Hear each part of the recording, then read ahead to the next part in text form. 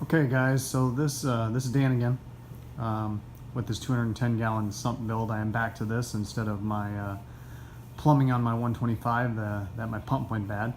So this is going to be just a box that I'm making to hold my sump and algae scrubber on the other side of the wall. Now the reason I'm doing this is if for whatever reason I get a leak on either of those two tanks, I'm going to make this box hold water, and that will make sure, because these two tanks are actually going over carpet and don't want to have any leaks on the carpet. So this is going to be my waterproof box to hold for possibility of leaks.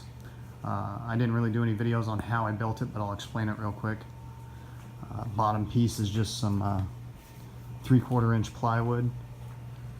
Sides I made it 8 inches tall, should handle plenty of water volume for what I'm looking to hold. Just screwed that in. Actually put the vinyl on first and then put the sideboards over it and screwed those down, so I've pretty much got a tight seal on the bottom. My contact cement was bad, so I used some other adhesive silicone on that vinyl. Don't recommend that. I've got a few bubbles, but it's just going just to help protect against water, so I'm not going to worry about it. So now I'm going to waterproof the sides of this thing.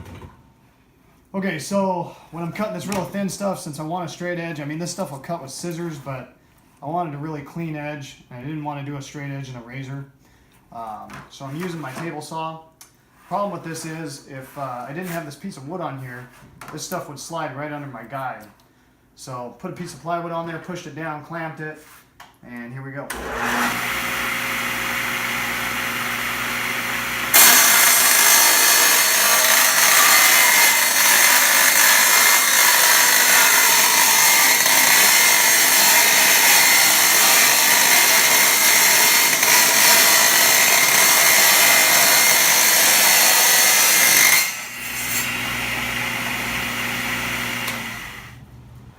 Alright, so I'm putting the plexiglass in here on my sides for the water protection.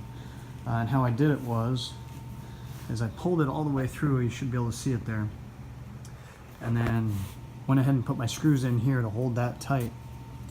And then over here, I put all my bottom screws in this board.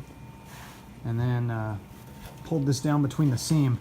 And I was able to pull it nice and tight. And now I'm going to go ahead and put my screws in this, and that's just holding that nice and tight against that wall.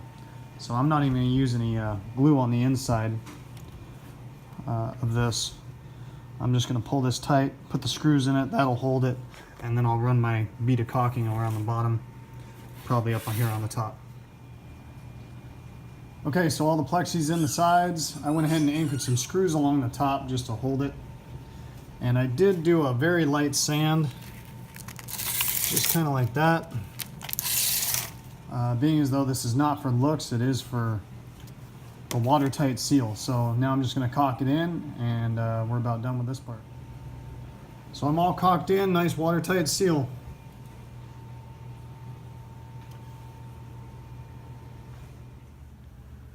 So this is the final on the sump box. I went ahead and put the tanks in, made sure everything fits. That's a stand I made for that one, so my drains worked. I just made that out of some 2x6s and 2x4s. Just if you do that, instead of using like a plywood, make sure it's nice and level so you have a nice completely flat surface for that tank to sit on. But yeah, it came out pretty good. And it should protect me against leaks, which is the whole idea. Hope you enjoyed it. Press like if you did. See you on the next clip.